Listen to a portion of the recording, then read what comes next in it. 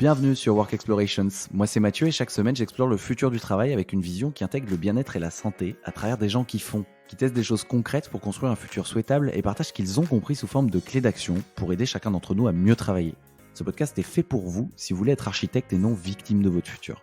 Parce qu'à chaque épisode vous repartez avec une action concrète à mettre en place maintenant. Ce podcast est un média libre, ça veut dire que je ne touche pas un copec dessus, c'est mon activité de coaching pour entrepreneurs et dirigeants qui me permet de gagner ma vie et de continuer à le faire. En gros, je les accompagne pour construire une marque personnelle forte et faire décoller leur autorité et leur visibilité en ligne. Maintenant que vous savez tout, je mets le lien dans la description de l'épisode et je vous souhaite une bonne écoute. Le nomadisme digital est un mode de vie et de travail qui a été très médiatisé ces 15 dernières années et qui fait autant rêver qu'il est décrié. C'est pour ça que j'ai voulu interroger Marie-Laure Gallet. Elle est coach en méditation en entreprise et elle a fait 4 ans de digital nomadisme. Elle est repassée récemment sur un mode de vie plus sédentaire, donc elle a le recul sur son expérience complète. On est revenu sans filtre sur son expérience pour aller au-delà des clichés. Salut Marie-Laure. Salut Mathieu. Merci beaucoup de nous rejoindre sur Work Explorations pour cet épisode estival qui sortira peut-être au début de l'automne d'ailleurs. C'est un épisode sur le digital nomadisme. En fait, ça fait un moment que je voulais traiter le sujet parce que le nomade digital, c'est celui ou celle qui travaille en voyageant parce qu'il a une activité qui lui permet de vivre a priori n'importe où, du moment qu'il a une connexion Internet et son ordinateur. Et on a un peu tous l'image du digital nomade ou de la digital nomade à Bali qui alterne travail dans un café et session de surf. Voilà, c'est un mode de vie qui est souvent associé à un travail qui est dans le web, ou en tout cas permis par le web, qui a émergé du coup très très fort au début des années 2010. Il y a pas mal d'activités associées, freelance, graphiste, community manager, formateur à distance, formatrice de yoga à distance. Il y a plein de choses possibles. C'est aussi un mouvement qui est un peu controversé avec la crise climatique, parce que qui dit bouger dit parfois beaucoup prendre l'avion. J'ai vu d'ailleurs qu'il y avait de plus en plus de digital nomades locaux, c'est-à-dire qui bougent, mais par exemple qui prennent seulement le train en restant en France, en ayant un peu plus une slow life. Donc voilà, l'intention de cet épisode, c'est vraiment de mieux comprendre ce mode de vie sans aucun jugement, parce que c'est un mode de vie, un mode de travail qui fait partie du paysage. Et toi qui as une belle expérience de plusieurs années en tant que digital nomade, j'aurais voulu vraiment avoir ton retour sans filtre, si tu es d'accord. Mais avant, je vais te laisser te présenter, Marie-Laure. Merci Mathieu, merci de m'interviewer sur ce sujet qui me tient à cœur, puisque c'est mon mode de vie depuis quasiment 4 ans maintenant. Alors, de base, je suis de formation ingénieure, et puis j'ai consacré mes 3-4 dernières années au bien-être, donc à la méditation, au yoga, à la gestion du stress, que ce soit en ligne, puisqu'on parle de nomadisme digital, mais aussi en présentiel. J'ai d'ailleurs une retraite de méditation prévue au mois de septembre. Donc voilà, des petits événements par-ci par-là, aussi en présentiel. Avec l'ami, c'est avec l'ami Francky, c'est ça? Avec La l'ami retraite de Francky, méditation. tout à fait, dans les montagnes Avec en Suisse. Ah là là, nickel. Francky Sfez qui est passé dans ce podcast il y a quelques mois. On avait fait un épisode sur justement la méditation et comment on réduit le stress. C'est parfait. Est-ce que tu pourrais raconter, tu as passé quand même 4 ans quasiment sur ce mode de vie, est-ce que tu pourrais raconter ton aventure dans les grandes lignes, tu vois? Les grandes lignes, peut-être qu'il y a eu des étapes ou peut-être juste les grandes lignes géographiques, tu vois? On va démarrer un peu en ayant la vision globale si tu es d'accord. Oui, alors déjà, il faut savoir que c'est pas forcément un mode de vie que j'ai planifié, ça m'est un peu tombé dessus. Comme je le disais, je suis de formation ingénieure et je travaillais dans une start-up. Cette start-up, en décembre 2019, a eu un problème de levée de fonds et a dû licencier une bonne partie des employés. Et vu que je faisais partie des derniers arrivants, je fais partie du lot. Et je me suis retrouvée sans emploi et aussi sans logement, puisque je partageais à l'époque le logement avec mon compagnon et on s'est séparés quasiment la même semaine. Donc ça a été Waouh! pour moi un grand chamboulement de vie et une liberté aussi retrouvée. Et j'ai décidé, donc, vu que j'étais complètement perdue, de prendre cette opportunité pour voyager. Et c'est là, en fait, où je suis partie avec un billet simple pour Bangkok, vu qu'on m'avait dit que c'était simple de voyager en Thaïlande. Je m'étais prévu 3 mois. 3 mois de voyage seul, en sac à dos, pour parcourir un petit peu l'Asie. Et ces 3 mois ont en fait duré, jusqu'à maintenant, j'ai envie de dire, 3 mois de voyage qui se sont transformés en 3-4 ans. puisque je suis restée donc en Thaïlande, surtout période de Covid. J'avais le choix de rentrer en France et d'être confinée, ou alors de prendre le risque de rester là où j'étais, où la situation était correcte, puisque j'étais sur une île et qu'ils avaient fermé les portes de l'île, et que du coup on était en cercle, on va dire, sécurisé, en cercle fermé. Et c'est là en fait où j'ai commencé à monter une activité en ligne, puisque j'étais pas de retour en France et que c'était pas vraiment prévu pour moi de reprendre une activité ingénieur. Donc j'ai commencé à me mettre un petit peu à mon compte en ligne. Et une fois que les portes de la Thaïlande ont réouvert, j'ai un petit peu voyagé à l'intérieur du pays avant de revenir en Europe, où là je me suis dit ok, c'est officiel, je suis nomade, je vais donner toutes mes affaires. Donc je suis passée aussi minimaliste, où je me suis retrouvée juste avec mon sac à dos. J'ai fait un petit peu le tour de la France, je suis restée en Espagne et je suis revenue à mon premier amour, la Thaïlande, où je suis restée 1 an, avant ensuite de revenir en France, puis en Suisse, où voilà, je me suis rapprochée de ma famille, mais aussi un petit peu de mes racines, et où j'ai commencé une activité un petit peu plus orientée euh, nomadisme digital. Mais ça, je pense que je vais avoir l'occasion d'en reparler, puisque j'ai travaillé pour un co-living. Donc, co-living, il y a beaucoup de nomades digitaux qui viennent dans les co-living. Ouais, merci beaucoup pour le tour d'horizon, de ces 4 années. Heu, bon déjà la semaine du grand chamboulement, elle a pas dû être facile. Ouais. Donc waouh! Et ensuite ce qui a pas dû être facile au début, c'est se retrouver, dans l'incertitude totale, enfin le covid en Thaïlande, c'était comment, tu vois? Surtout, enfin pour maintenant qu'on a le recul, on se dit: «Ah mais c'est bon, il suffisait de rester puis c'était kiffant». Mais c'est vrai qu'à l'époque, on savait C'est pas ce qui vrai allait se que passer, quoi. ça n'a pas été une décision facile à prendre parce qu'il y a la famille qui voulait que je rentre, qui s'inquiétait. J'avais aucune idée de comment les choses allaient tourner, puisque la Chine est quand même pas très loin. Et que quand on est touriste en Thaïlande, par rapport aux soins, on ne sait pas si on va être prioritaire, on ne sait Ouais. pas aussi la qualité des soins qui sont prodigués. Et puis, il y avait des mails du gouvernement qui nous faisaient comprendre que si on ne prenait pas le dernier avion de rapatriement, on serait vraiment livré à nous-mêmes. Donc, ça n'a pas été une décision facile à prendre, mais finalement, c'est la meilleure décision que j'ai pu prendre, puisque ça a vraiment permis euh, de commencer un nouveau mode de vie. Sinon, je pense que si j'avais cantonné mon voyage aux 3 mois initialement prévus, je serais retournée en France et j'aurais repris un mode de vie un petit peu plus classique, certainement. Mmh. Et OK, donc ouais, ça c'était pas planifié comme tu dis, ça s'est fait aussi par accident et finalement les choses arrivent, les choses parfois il faut savoir accueillir les choses qui arrivent, hein, me ça paraît pas être des cadeaux à l'époque, puis finalement ça a un sens et ça a créé, toute cette aventure. Mais du coup, comme c'était pas planifié, j'imagine qu'au début tu peut-être pas d'objectif, mais quand même, après tu as fait ça pendant 4 ans. Moi, je voulais savoir en fait quel était ton objectif après? Et est-ce que tu l'as atteint? Parce qu'aujourd'hui, tu as arrêté, enfin, en tout cas, tout est cyclique et donc tu arrives à la fin d'un cycle, de digital nomade et ouais, voilà, c'est une question en plusieurs étapes, mais c'était quoi ton objectif? Est-ce que tu l'as atteint? Et du coup, pourquoi tu as arrêté? Parce que je me dis, bah, peut-être qu'elle a atteint un truc qu'elle voulait, atteindre et que c'est bon, en fait, c'est fait. Mhm. Alors, mon premier objectif, en fait, quand j'ai commencé mon activité en ligne, je ne me suis pas mis cette étiquette parce que d'une, je ne la connaissais pas, je ne connaissais pas encore ce terme de nomadisme digital. Et en plus, ce n'était pas forcément l'intention première d'avoir un véritable business en ligne qui tourne. Juste à l'époque, j'apprenais beaucoup sur le yoga, la méditation, et je me disais, waouh, il faut vraiment que je partage ça avec le monde, surtout en moment où le monde en a énormément besoin. Et donc, j'ai commencé à donner des petits cours, à créer une formation à 20 euros par mois, donc quelque chose d'assez abordable.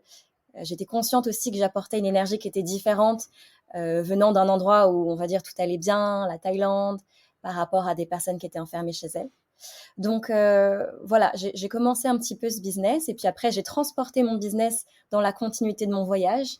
Je voulais continuer à découvrir la culture thaïlandaise, à me former davantage au yoga, à la méditation. Donc ça me permettait en fait ce mode de vie de continuer à apprendre des choses, mais aussi à partager. Et tout simplement, j'ai aussi réalisé que peut-être que ma vie d'avant, finalement, j'étais plus tellement en alignement avec cette dernière, notamment par rapport à un équilibre de vie pro-perso. que j'avais plein de projets quand j'étais sédentaire, une vision de l'avenir assez tracée, et qu'en fait, c'était plus du tout la personne que j'étais. Et vu que j'avais pas forcément de visibilité par rapport à l'avenir ou l'envie de reprendre un emploi stable, je me suis dit que ce business, en fait, il était pas si minimaliste, on va dire, que je pouvais vraiment peut-être essayer d'en faire ma priorité. Et c'est pour ça que j'ai continué un petit peu à me déplacer, à m'enrichir de différentes expériences, tout en essayant de faire grandir mon business. Et Et je pour me les suis... auditrices et auditeurs, ton Ouais. business, c'est un business de... Est-ce que tu peux nous en parler aujourd'hui? C'est toujours le même? Oui, toujours le même. Donc, toujours sur la méditation. J'ai des cours de yoga en ligne, des D'accord. sessions privées de gestion du stress. J'ai un cercle en ligne, en groupe. Et puis après, ça reste quelques petits événements par-ci par-là en physique. Mais D'accord, ok. globalement, c'est vrai que la majeure partie de mon activité est en ligne. Mais par exemple, quand j'étais en Espagne, j'étais enseignante de yoga dans une école de surf. Voilà, j'ai fait ça Ok. pendant 8 mois. Donc, j'étais quand même, on va dire, implantée relativement stable pendant quelques mois.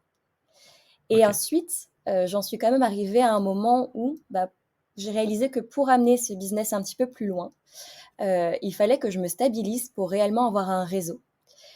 Et aussi, en plus de ça, mes valeurs ont un petit peu changé. Et je pense qu'avant, j'étais vraiment très auto-centrée, on va dire, centrée sur moi-même, sur mon développement, sur apprendre à me connaître, parce que j'avais pas forcément fait ça pendant mes études ou au début de ma vie professionnelle. Et ensuite, mes valeurs ont un petit peu changé et j'accorde aujourd'hui plus d'importance à la valeur famille. Et voilà. Et donc, je suis tata et j'ai juste envie de voir mes nièces grandir. Donc, de ne pas être trop loin de ma famille, de mes proches, de mes amis aussi, de rattraper les anniversaires que j'ai pu manquer et autres. Ouais, super. Bah ouais, c'est important aussi de savoir s'écouter, hein. Dans la vie, on a, on a des élans différents et des envies qui changent aussi. Et non, mais trop cool, trop cool. C'est super clair, merci. Et bah, moi, je voulais revenir un peu, avant de revenir sur un truc un peu plus sérieux, sur un peu comprendre les différentes phases que tu as identifiées dans le digital nomadisme, etc. Je voulais savoir un peu s'il y avait un truc fou, enfin, je pense qu'il y en a plein, le truc le plus fou qui te soit arrivé. Alors oui, il y en a plein. Je dirais un événement un petit peu marquant et qui fait sens dans mon parcours, c'est le moment en fait où je me suis posé cette étiquette de nomade digital. En fait, c'est pas vraiment moi qui me la suis posée. C'est justement quand j'étais en Thaïlande, on m'a informé qu'il y avait un journaliste qui à la base était à la frontière birmane pour documenter les émeutes qui se passaient là-bas à l'époque. Donc on était en 2021. Et ce journaliste cherchait des gens qui travaillent en ligne, des Français qui travaillent en ligne, pour les interviewer sur leur mode de vie, sur leur business et autres. Et donc, ce journaliste, en fait, qui m'a dit, mais vous êtes une nomade digitale, en fait. Et donc, on a fait toute une interview sur ça, alors que je ne savais pas que j'étais dans cette catégorie. Enfin, je ne l'avais pas conscientisé, en fait. C'est pas une étiquette que j'étais consciente de porter. Donc, voilà, c'était sympa de se faire interviewer par le journal du Monde en cette période. OK, c'était Le Monde qui se déplaçait là-bas pour Ouais. interviewer des gens qui vivaient là-bas. Ouais, super intéressant. Et bah, en 4 ans, tu as eu le temps du coup d'identifier peut-être, des phases ou des types de nomades digitaux. Tu vois, là, je pense aux auditrices et auditeurs, qui écoutent, qui certains peut-être y sont, peut-être certains y pensent. Et pour comprendre un petit peu mieux, est-ce que toi, tu as identifié des phases ou des catégories de nomades digitaux, par lesquels toi t'es passé ou les autres passent, tu vois? Juste pour un peu, mettre un peu de compréhension rationnelle, là-dessus. Parce qu'il y a différents types quand même, j'ai l'impression. Oui, il y a différents types. Déjà, forcément, ça dépend de l'activité que tu fais. Si tu es un nomade digital freelance ou entrepreneur ou bien salarié, tu vas avoir une expérience du nomadisme digital qui est complètement différente. Mais on pourra revenir là-dessus après. Après, il y a une question de rythme surtout.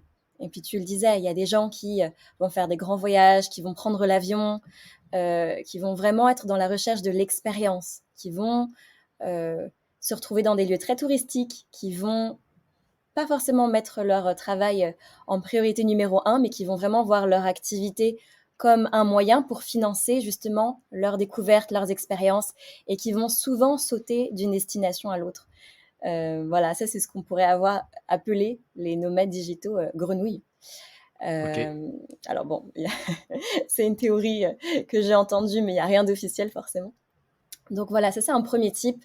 On va dire que c'est le nouveau nomade digital qui est très excité par ce mode de vie et du coup qui est plein d'énergie, plein d'entrain, qui a envie de tout voir, tout faire. Ensuite, je dirais qu'il y a le mode qu'on appelle le papillon monarque. Alors monarque parce que normalement la durée de vie d'un papillon, enfin un papillon c'est éphémère, c'est une journée, mais les monarques ont des durées de vie un peu plus longues. Et en fait le monarque il va chercher quand même à se stabiliser, il va être un petit peu plus dans la recherche de connexion avec, avec d'autres personnes. On va dire que c'est des nomades digitaux qui cherchent des locations long terme, qui vont essayer de rester plusieurs mois au même endroit, essayer de vraiment faire le tour un petit peu de leur environnement. Et c'est surtout la situation dans laquelle moi j'ai été, parce que en tant que entrepreneur, j'avais mon business à développer. J'avais pas assez de sécurité financière pour pouvoir faire plein d'expériences, pour pouvoir beaucoup voyager, prendre l'avion. Il fallait quand même que j'accorde une place assez importante au développement de mon activité.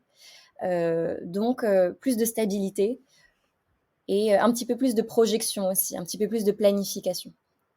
Et ensuite, on a la dernière phase, la phase du paresseux, la phase dans laquelle je suis doucement en train de rentrer. C'est le nomade qui cherche se sédentariser en quelque sorte, qui va pas renier ses envies de nomadisme, mais qui cherche vraiment à s'intégrer dans une communauté locale, qui va vraiment chercher des locations, par contre vraiment long terme, voire même à acheter dans un environnement dans lequel il est tombé amoureux, ou alors quelqu'un qui justement va être amoureux d'une personne et qui va vouloir rester dans une ville ou proche d'un endroit pour avoir un petit peu plus de racines. Mmh. Merci beaucoup pour les différents types de nomades digitaux et ouais, j'ai l'impression que ça correspond un peu à des phases quoi aussi, hein. C'est qu'en fait, Ouais. tu es d'abord grenouille, ensuite, Mmh. ensuite, papillon et ensuite paresseux parce que rester à faire la grenouille tout le temps, c'est impossible, je pense. C'est Enfin, même impossible. financièrement en plus, enfin, c'est Mais compliqué après, c'est pas forcément linéaire, ça peut être cyclique, dans le sens où tu peux avoir ta ouais. phase de paresseux et d'un coup te dire: «OK, je vais repartir à l'aventure, je me suis rempli les poches à nouveau, j'ai envie de lâcher un peu ma structure et de me nourrir à nouveau d'expériences un petit peu, de sauter d'expérience en expérience». OK, OK et toi, justement, comment tu t'organisais? Parce que c'est toute une orga, enfin, Ouais, du coup, j'ai bien compris que tu étais plutôt, papillon monarque, donc c'est ça. tu restais quand même dans des endroits, plusieurs semaines, voire plusieurs mois pour développer ton activité, quand même te lier, avec les gens, avec les localités et vraiment t'imprégner de la culture locale. Mais bon, c'est quand même toute une orga, tu vois? C'était quoi pour toi? Enfin, ça nécessitait quoi, tu vois? Alors moi, le challenge en plus par rapport à mon activité, en comparaison de personnes qui vont faire, je sais pas, du marketing ou qui vont être web développeurs, c'est qu'au-delà de la bonne connexion internet, il me fallait aussi un espace approprié, un espace relativement calme où je puisse poser mon tapis de yoga pour pouvoir donner des sessions de qualité. Hem et ça, en fait, ça a demandé un petit peu d'organisation pour m'assurer d'avoir, toujours, des logements qui me permettaient d'avoir cet espace. Donc en fait, ce que je faisais généralement, c'est que j'avais des semaines un peu on-off, un petit peu en 2 temps. Donc les vendredis, samedis, dimanches, lundi généralement, j'avais pas de rendez-vous, j'avais pas forcément, de contraintes, on va dire, de visio ou autre, ou de session. C'était plus de la préparation, on va dire, par rapport à ma communication, de la préparation de séances et ça me permettait en fait de me déplacer. Ça me permettait de voyager, d'aller d'un endroit à l'autre, de me déplacer pour m'assurer le mardi d'être dans un environnement qui me permettait d'assurer une bonne qualité de connexion, un bon espace, etc. Donc en gros, le mardi, mercredi, jeudi, j'étais sûre de ne pas vraiment bouger et d'être dans un endroit approprié. D'accord. Mais mes élèves, je les ai emmenés partout, hein. Je les ai emmenés dans des petites chambres d'hôtel, je les ai emmenés dans des couloirs, dans des dortoirs. Ils ont bien voyagé avec moi. Des fois, c'était la belle vue avec la mer derrière. Des fois, c'était un petit peu moins glamour, mais j'ai toujours réussi à m'en sortir. Mais ça rajoute un stress. Eh ouais, parce que là, en fait, ce que tu es en train de dire, c'est que c'était un moment où tu étais presque en mode grenouille. Tu restais dans le Oui. pays, qui était la Thaïlande, mais tu bougeais toutes les semaines, quoi? Alors, pas forcément toutes les semaines, mais oui, dans ma phase, on va dire, Alors, j'ai réussi à avoir un petit peu les deux, dans le sens où j'avais, là où j'étais basée, un logement que je louais sur le moyen terme, on va dire, sur plusieurs mois. Mais j'avais des phases où j'allais me déplacer tout en gardant mes affaires à un endroit. J'allais me déplacer un petit peu autour pour des événements, pour des formations, des festivals et Ouais. autres. Et donc, oui, ça me demandait un petit peu de gestion, de logistique. Ok, donc gestion logistique et semaine coupée en deux, c'est intéressant ça quand tu es entrepreneur et que tu bosses quand même et que tu te déplaces. Vraiment, il y a les jours de déplacement où du coup tu fais tes tâches administratives, ta communication, tu bosses sur ta boîte et les moments où tu es dans un endroit fixe, tu pouvais bosser pour tes clientes ou tes clients. Ok, Complètement. ok. Ouais, non mais super intéressant. Et le rythme de boulot, enfin, je me rends pas compte. Du coup, on a l'impression, si on regarde, ton Instagram, bah, ouais, elle a fait que voyager, elle a fait que bouger. En fait, ça on se rend pas compte de ce côté boulot et en même temps, bah, comme tu es toute seule livrée à toi-même, je me dis: «Bah, en fait, c'est à toi de te mettre tes limites et il y a moyen, en fait, de faire que bosser». Enfin, toi, ça fonctionnait comment? Que bosser. Après, c'est aussi l'avantage de faire quelque chose qu'on aime. En fait, on me demande si je prends des vacances, mais j'en ai pas besoin parce que même si je prenais des vacances, je ferais exactement la même chose. Donc ça, c'est vrai que c'est un petit peu les avantages, mais les pièges des métiers passion, c'est bah, qu'il n'y a pas forcément de limites. Par contre, ce qui est à prendre en compte, c'est quand même la charge mentale. Et c'est quelque chose sur lequel je pourrais mettre le haut là parce que quand on vante les mérites du nomadisme digital, quand on en parle, justement, on vante les mérites de la liberté, de l'organisation, mais il y a aussi toute une partie charge mentale qui intervient. Et déjà, il y OK. a la charge mentale intrinsèque quand on est entrepreneur, qu'on essaye de lancer un business, qu'on n'a pas forcément les clés. Il y a énormément de choses qu'il faut réussir à maîtriser, surtout dans les milieux du bien-être et autres. C'est pas forcément les milieux qui sont les plus faciles voilà, à marketer, hein, à rendre lucratif. Mais en plus, vient se rajouter cette charge de je suis nomade, il faut que je trouve des logements chaque fois, il faut que je m'organise, il faut que je m'adapte à la culture du pays, il faut que je m'adapte bah aussi aux horaires, que si je suis souvent en train de me déplacer, que bah, tout simplement, hein, mais que je trouve comment me nourrir, parce qu'on peut avoir notre routine.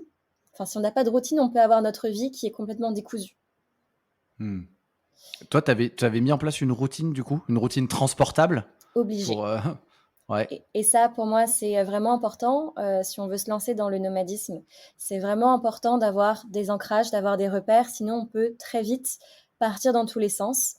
Euh, il faut réussir à prendre soin, donc forcément de son mental, parce qu'il y a beaucoup de charges mentales qui s'accumulent.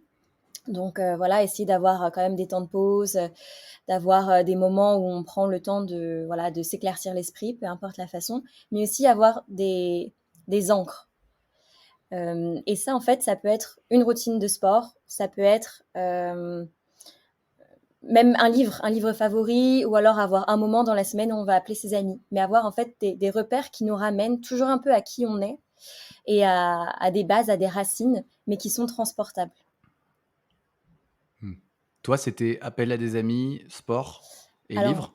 oui, moi, c'était surtout sport. Si tu prends mon sac à dos, il faut que toute ma vie rentre dedans. Donc, j'ai un TRX, une sangle de suspension pour faire des exercices un peu partout dans les parcs, avec quelques bandes, élastiques et autres. Un livre électronique, enfin une Kindle. Et après, surtout après, ça a été justement bah, le développement de mes routines de yoga, de mes routines de méditation, donc aussi un tapis de yoga, hein, pour garder cette bonne connexion avec moi-même et pas pour me perdre en fait dans ce flot de mouvement. Mmh. Ouais, et là, tu as abordé un truc, sujet, super important, charge mentale, et ça fait partie des trucs moins glamour dont on se rend pas compte quand on regarde, l'Instagram d'un digital nomade. C'était une question que j'allais poser, mais du coup, on est dedans. C'est quels sont les trucs les plus, tu vois, les plus chiantes, les plus dures que tout le monde ignore, tu vois? Ouais, bah justement, c'est ça, c'est réussir à garder son équilibre. Euh, donc ça demande de la discipline, ça demande quand même un minimum d'organisation et de discipline. Donc l'organisation, ça ne veut pas forcément dire planifier exactement où on sera, surtout si on est avec une activité qui n'a pas trop de contraintes de place ou Internet. Je pense que c'est bien de se laisser un petit peu porter par le flow, mais par contre, il faut quand même avoir un minimum de discipline tant par rapport à son hygiène de vie que par rapport à son travail. Parce qu'il y a aussi un piège dans lequel on peut tomber, c'est que quand on se déplace, on n'est pas qu'avec des nomades digitaux, on est aussi avec des touristes, avec des gens qui sont là pour s'amuser, pour profiter de la vie. Et si on n'a pas un minimum de structure et discipline, on peut se laisser embarquer en fait par ces gens qui ont envie de faire la fête, par voilà, des personnes qui ne sont pas forcément dans cette mouvance. Et autant on peut rencontrer d'autres personnes qui vont nous permettre d'évoluer et de nous inspirer par rapport à notre business, et j'en ai rencontré plein, autant on peut aussi rencontrer des personnes qui, si on ne pose pas assez nos limites, vont nous entraîner dans une boucle qui n'est pas forcément très, voilà, très bénéfique pour le développement de notre activité. Aspiré par la boucle de la teuf, quoi. Un petit peu ça, voilà. Ouais, ça doit être dur parfois de résister aux tentations. Non, mais j'avoue. Hein. Et c'est pour ça que j'ai quitté l'Espagne, à vrai dire, parce que j'étais dans un endroit très touristique. Et tout simplement, après, c'est aussi pas ma personnalité. Je suis quelqu'un de très calme, je suis pas très fête ou autre. Et voilà, l'été approchait, il y avait beaucoup de monde qui arrivait et j'ai senti que l'énergie du lieu ne correspondait plus à l'énergie que je voulais garder pour mon activité et pour mon équilibre personnel. Donc c'est là où je suis repartie pour me réaligner un petit peu et trouver un environnement un peu plus propice. Ouais. Et justement, t'en as parlé tout à l'heure. Comment toi tu gères la solitude, la relation à la famille, aux amis? Tu vois, puisque tu as voyagé seul, hein, tu as rencontré plein de Oui, monde, mais tu as voyagé seul. C'est quand même une question. Enfin, je sais pas si je serais capable. je pense que effectivement, il faut le faire pour voir si on est capable, mais je pense que tout le monde est capable et je pense qu'en fait, ça te permet de, voilà, de vraiment nouer un contact profond avec toi-même. Quand tu es en déplacement, que tu as un car à prendre pendant 10 heures, oui, parce que aussi je prends pas beaucoup l'avion et j'essaye de tout faire le plus possible par les transports, par le train, voilà, même je prends jamais de vol interne, etc. Les seuls déplacements que j'ai pu faire, c'était justement Thaïlande-France ou Espagne-Thaïlande et j'y reste plusieurs mois pour essayer de rentabiliser un peu. Mais voilà, quand on passe plusieurs heures dans un bus et qu'on n'a aucune distraction, savoir être bien avec soi-même. Et au début, ça peut être inconfortable, mais on finit par s'y habituer et on finit aussi par les différentes aventures qu'on peut avoir durant nos voyages à réaliser qu'on peut compter sur soi-même, qu'on est toujours debout, que on va se mettre des petits objectifs, qu'on va dire d'accord, ce serait bien que j'arrive dans telle ville pour visiter tel temple ou autre, et on voit qu'on arrive à se débrouiller. Et je pense que ça te permet d'entretenir une très bonne relation avec toi-même euh, et, euh, et finalement de se sentir un peu moins seul parce qu'à partir du moment où tu es vraiment connecté à toi, tu es juste bien, tu es bien en fait avec cette solitude. Alors après, moi j'ai un regard un peu biaisé parce que je suis dans ce domaine de la méditation et autres qui me permet de cultiver ça. Mais je pense que c'est quelque chose qui peut se travailler évidemment grâce à ce mode de vie parce que tu n'as pas le choix en fait à la base. Et puis Ouais. finalement aussi, on fait plein de rencontres. Alors il y a des rencontres qui vont sembler très superficielles et des rencontres qui le seront moins. Et même si des fois, ça va être une rencontre pour quelques jours, il peut quand même y avoir des échanges suffisamment forts pour que le lien se garde et qu'en fait, on se décide de se revoir à l'autre bout du monde. Et c'est là, en fait, où tu réalises que la planète peut être ta maison. Et c'est trop beau, des personnes, ça m'est arrivé moi personnellement, des gens que j'ai rencontrés justement en Thaïlande, que j'ai revus à Barcelone, et puis après, je les ai revus en Suisse, et on est venu se rendre visite. Et le monde te paraît comme vraiment tout interconnecté, et tu te sens chez toi presque partout. Et justement, alors en 4 ans, tu as croisé énormément de monde, mais en vrai, tu as noué combien de rencontres que tu gardes, tu vois? Je pense que j'ai noué, on va dire, allez, 5 relations très fortes, donc des nouvelles relations. Et je dirais que c'est des relations très fortes parce que c'est des gens qui sont vraiment alignés un petit peu avec qui je suis, oui, qui ont des valeurs similaires, qui ont une façon de voir la vie qui me correspond bien. Et du coup, c'est des relations très très fortes que j'ai pu nouer. J'en ai noué plein, mais on va dire des relations vraiment profondes. J'en ai 5 là qui me viennent et c'est super. Ouais, c'est déjà magnifique. Et en même temps, on peut pas nouer des relations fortes avec plein de monde, en fait. C'est juste pas possible. Donc, ouais.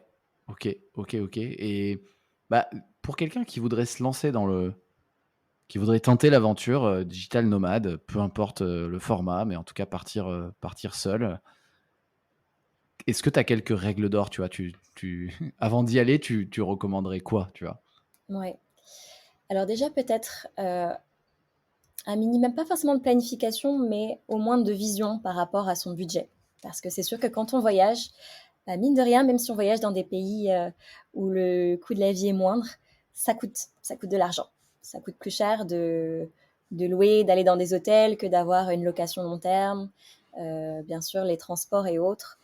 Donc juste avoir un peu une vision par rapport au budget pour réussir à se projeter.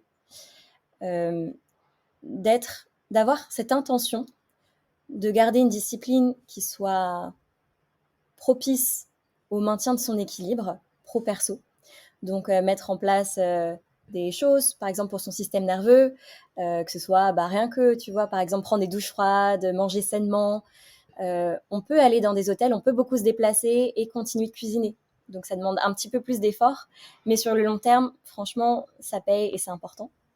Donc voilà, la discipline. Et puis quand même, je pense ne pas trop perdre pied par rapport à ce qui pourrait se passer à la maison. Donc c'est vrai que c'est bien de se déconnecter, de rentrer dans une autre bulle, mais ça fait du bien de garder un petit contact avec ses racines, avec la famille, avec les amis, parce que parfois on peut se retrouver un petit peu dans des bulles, et puis mine de rien, c'est important de se rappeler d'où on vient et voilà, et qui nous a connus, enfin qui nous a soutenus dans des moments qui pouvaient être difficiles et de garder un petit peu ce lien. Mmh. Donc avoir une vision sur son budget, poser une intention, en termes de routine pour garder un certain équilibre Mm. et garder le lien avec ses racines. OK, Ouais.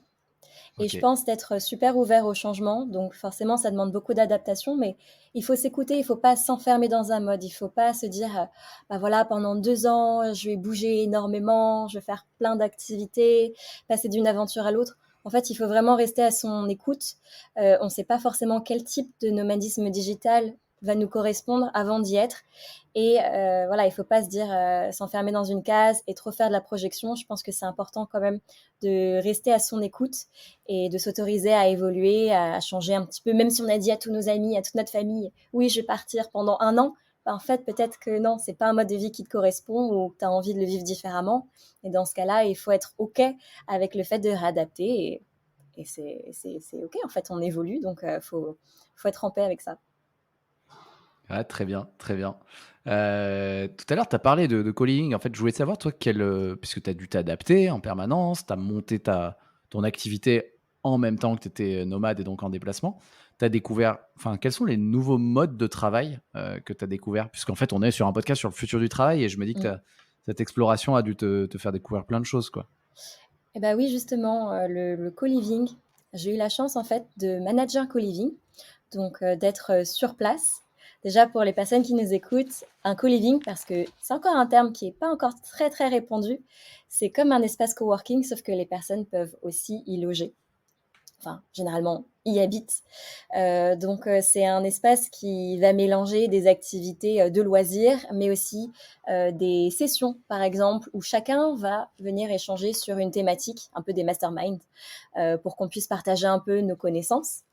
Euh, donc, en fait, vraiment, l'idée, c'est de casser un peu cette dichotomie vie pro, vie perso, et de créer un espace où il y a des gens qui ont la même vision de la vie, qui vont se retrouver. Donc moi, j'ai eu la chance de pouvoir gérer ces espaces, d'animer la vie sociale, mais aussi voilà, un peu organiser le lieu. Et c'était très très chouette comme expérience parce que ça m'a permis de rencontrer plein de nomades digitaux avec des profils complètement différents, avec des âges aussi différents, des activités différentes, et de voir qu'en fait, le nomadisme digital, c'est un mode de vie, mais que ça reste une boîte quand même très très large. Ouais. Voilà. Et ça, c'était où, du coup? J'ai fait ça en Suisse, dans les montagnes. C'était en Suisse. Donc OK. c'était un chalet, le matin on allait sur les pistes ou faire de la rando et puis après l'après-midi le salon se transformait en espace de coworking, on sortait tous les PC, on travaillait et puis le soir on dînait ensemble, on jouait aux cartes. Et je pense qu'en fait au-delà de révolutionner un petit peu nos modes de travailler, c'est aussi révolutionner nos modes de vie et nos modes de logement parce que ça permet faire de nouvelles expériences de logement, de partager les frais, d'habiter en fait dans des endroits où peut-être que bah voilà, tu n'aurais pas les moyens de t'offrir. Je sais qu'il y a Château Co-Living en France où tu peux loger dans un Mmh. château pendant plusieurs semaines, plusieurs mois. Et je pense vraiment que c'est le futur, OK. de se Mais attends, mais regrouper, de se réunir. c'est trop bien. Ouais, en fait, j'ai jamais enfin, je sais que ça émerge et cetera, je me suis jamais penché de près là-dessus, mais du coup, je me dis: «C'était génial» parce que tu étais rémunéré pour Oui, organiser ça? oui, Enfin, à minima logé et cetera et en parallèle, tu bossais oui. sur ton business? Mais attends, mais pourquoi t'as arrêté? Ah, c'est parce que t'étais en mode, papillon et qu'il fallait partir autre part? Ou parce que ça a Oui, l'air alors génial sur le papier. il y avait plusieurs raisons. Après, ça a été un peu des 2 côtés. Après, il y a aussi cet aspect de j'étais à la montagne et j'avais un petit peu envie de développer mon réseau physique, parce que voilà, autour, j'étais dans une station de ski, donc c'était génial pour, plusieurs mois, mais il y a eu un moment aussi, j'ai envie de revenir, à la ville. Mais c'est sûr que, c'était une très belle opportunité et j'ai aussi envie de partager ce message. Quand on est dans une situation dans laquelle on peut se le permettre, hem il faut oser en fait différentes expériences et il y a des boulots en fait auxquels on penserait même pas. On peut avoir tendance à dire que voilà, il y a que des boulots classiques, alors qu'en fait, il y a 1 million de façons de travailler et il y a plein d'opportunités qui peuvent s'ouvrir à nous quand on est un petit peu mobile aussi. Quand on n'a pas trop de contraintes, on peut avoir des super jobs. Il suffit de s'ouvrir un peu l'esprit et de faire quelques recherches et on peut avoir des très belles opportunités. Et justement, bah, merci pour le message. C'est quoi les plus grands apprentissages, pour toi, sur ces 4 dernières années? Tu vois, ça peut être perso, pro, hein, Ouais. parce que c'est très lié. Tu nous as dit qu'il y avait plus de frontières, en fait. Oui, Ouais. ben, forcément, donc ça a été pour moi, mais ça l'est toujours, une énorme phase de développement personnel, puisque ça m'a permis de complètement, changer la manière, avec laquelle je me perçois. Le fait de pouvoir en fait, être beaucoup plus libre dans ma vie, être plus libre dans mes déplacements, mais aussi la manière dont je travaille. J'ai traversé une sorte de crise identitaire un petit peu, hein, pour en arriver à là. Quand on passe de sédentaire où on a une projection de vie de famille, j'étais très carriériste aussi, donc rien que l'idée à la base de prendre 3 mois pour voyager, c'était pas évident pour moi, c'était une grosse sortie de zone de confort. Et arriver là-bas, de passer à OK, en fait, maintenant, je reste complètement en roue libre et j'ai ni logement, ni affaires personnelles, ni véritable plan de carrière. Ça a été quand même un bouleversement personnel très, très fort. Mais si j'en retiens aussi une chose, c'est que bah, l'humain, il est fait pour s'adapter et des fois, on a tendance, bah, quand on est sédentaire aussi, à rapidement adapter des routines. Alors, je suis pour les routines, hein, comme je le disais, mais à vraiment rester un petit peu de pro dans notre confort et à avoir peur des moindres changements. Donc, c'est doucement, en fait, en amenant des changements à nouveau, qu'on retrouve le goût aussi du nouveau et de l'aventure et qu'on se redécouvre, en fait. Et le dernier point, c'est que au-delà de pouvoir m'adapter facilement, je réalise que j'ai pas besoin de beaucoup pour vivre. Donc Mmh. avant, j'étais la fashionista qui avait une armoire pleine à craquer et voilà, qui était pas trop dépensière, mais quand même qui aimait bien avoir des belles choses. Aujourd'hui, j'ai toujours mon sac à dos.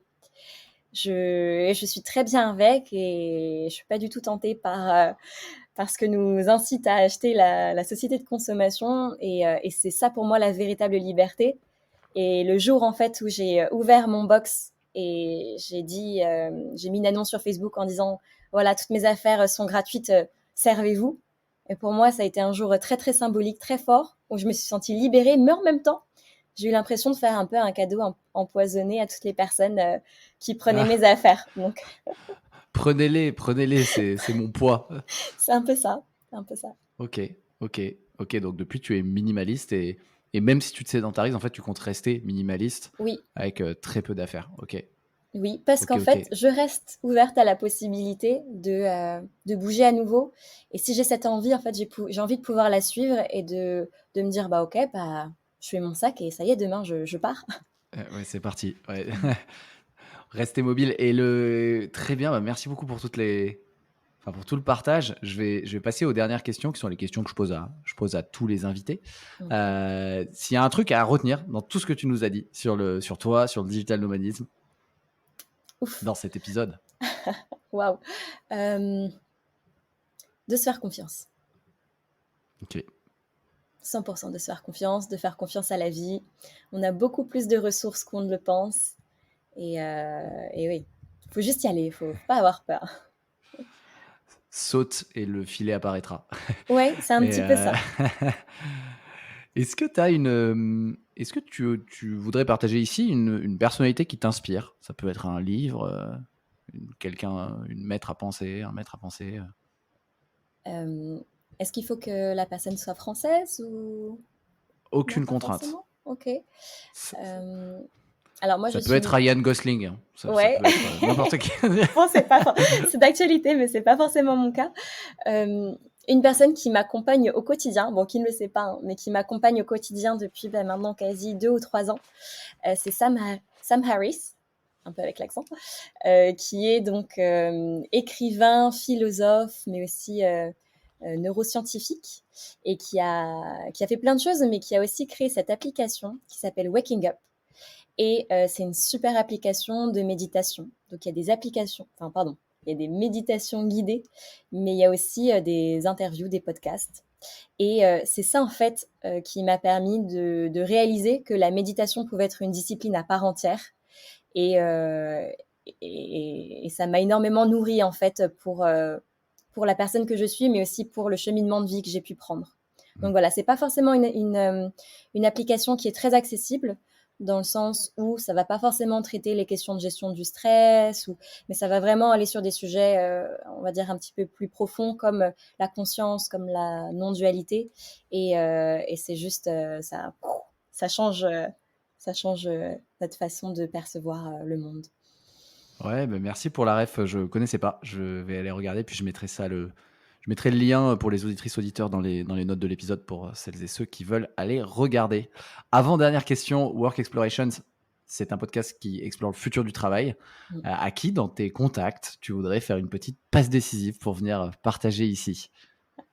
Alors, une passe décisive, je ne sais pas si la personne la prendra, cette passe décisive, mais je tente. Euh, je mentionnerai Fanny Kalos, qui est la fondatrice du co-living pour lequel j'ai travaillé, le co-living qui s'appelle Escape. Je pourrais aussi t'envoyer le lien pour que tu le mettes. C'est un lieu magnifique. Ils ont un co-living donc en Suisse et en Grèce. Et c'est une femme qui est très inspirante. C'est une entrepreneur. Du coup, vu que j'ai travaillé pour elle, je peux dire que c'est une très très bonne leaduse, très bonne manager. Et voilà. Et je pense qu'elle a vraiment des choses très intéressantes à dire sur le futur du travail. Merci pour la belle passe décisive. J'irai regarder son profil et puis on verra si elle veut transformer, si elle veut marquer le but derrière.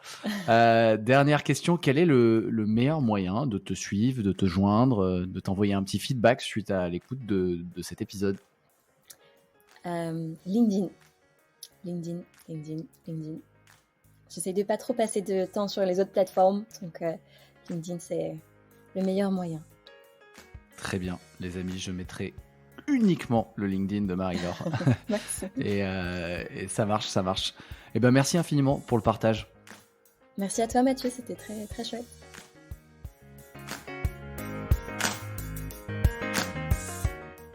C'est la fin de cet épisode, mais peut-être le début d'une autre histoire ensemble. Je vous propose 2 options pour continuer. Première option, rejoindre ma newsletter VIP dans laquelle je donne un récap de chaque épisode en clé d'action. Elle s'appelle le carnet de Mathieu. Deuxième option, me faire un retour sur l'épisode. Je réponds à tout le monde. Vous pouvez le faire sur ma newsletter en répondant directement à l'email ou sur LinkedIn qui est le réseau sur lequel je suis le plus actif. Bien sûr, ces 2 liens sont dans la description de l'épisode. Pour terminer, je vous rappelle que ce podcast est un média libre, donc il ne me rapporte pas d'argent. C'est mon activité de coaching en personal branding pour entrepreneurs et dirigeants qui me permet de gagner ma vie et de continuer à le produire. Si ça peut aider quelqu'un de votre entourage qui veut gagner en autorité et visibilité, parlons-en. Toujours sur LinkedIn, connexion plus message, et c'est parti. Merci beaucoup et à très vite sur Work Explorations.